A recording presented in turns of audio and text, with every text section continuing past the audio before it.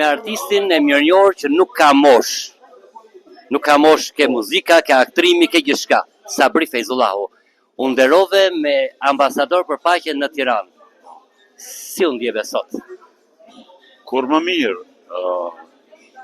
Ky është një nder i madh dhe në veçanti me gjitha ato mirënjohje që i kam marrë kudo kur kam filluar për të kënduar që 60 vite që këndoj, kjo është një diçka e posaçme. T'jesh i emruar, i nominuar, i shpërblyer me mirënjohjen e ambasadorit të paqes është diçka shumë e madhe. Këtu vetëm Shqipëria ditë bëj një diçka kaq të madhe, kaq të mirë. Jam shumë i lumtur dhe si me thon, krenar shumë.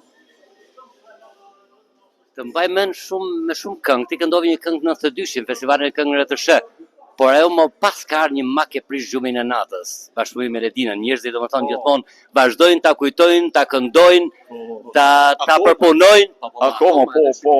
Ky është kompozim i kompozitorit dhe orkestruesit të madh, zoti Edmond Xhulalit, edhe në tekstin e ndjes pas poetit të madh dhe veprimtarit të madh Agim Doçi, kam kënduar me ikonën e këngës e muzikës së lehtë shqiptare që tani jeton në Gjermani me Ledina Çelon.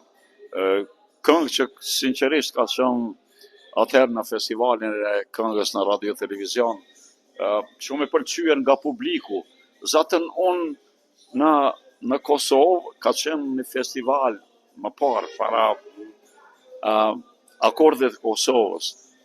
Unë pa modestia e tepruar është ignorancë ngaherë, edhe i kam fituar 18 okarina tarta.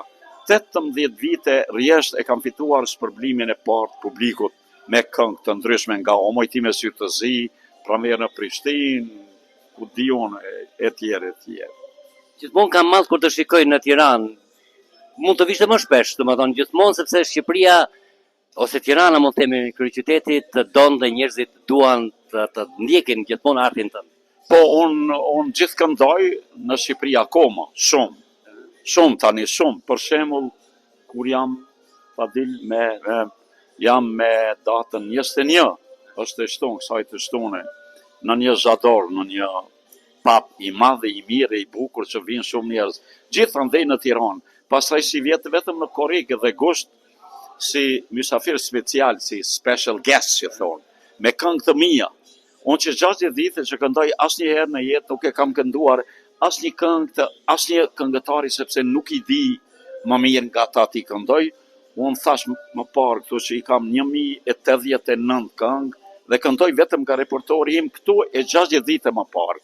Dhe këndoj në dasma në barë shqiptare, në Tiranë, në Durrës, në Elbasan, në Liezhë, në Shkodër, në gjithandej, edhe në Sarandë edhe në Vlorë, në dasma, si mysafir special, me këngë të mia. Fakti që je dhe aktor, ka ndihmuar në rrugën e këngës që ta përcjellësh më bukur dhe ta interpretosh më bukur? Po, besojnë që çdo këngëtar duhet të jetë edhe aktor, dhe çdo aktor duhet të jetë këngëtar. Për shembull, po e marr Frank Sinatra ka qenë aktor i madh shumë edhe këngëtar. Mireille Mathieu ka qenë këngëtare dhe aktor. Barbara Streisand ka qenë aktore e madhe dhe këngëtare. Charles Aznavour, aktor i madh edhe këngëtar. Gjithandej Adriano Celentano, shumë aktor dhe këngëtar. Edhe Massimo Ranieri, shumë këngëtar dhe aktor. Çdo aktor duhet jetë këngëtar dhe çdo këngëtar duhet jetë aktor.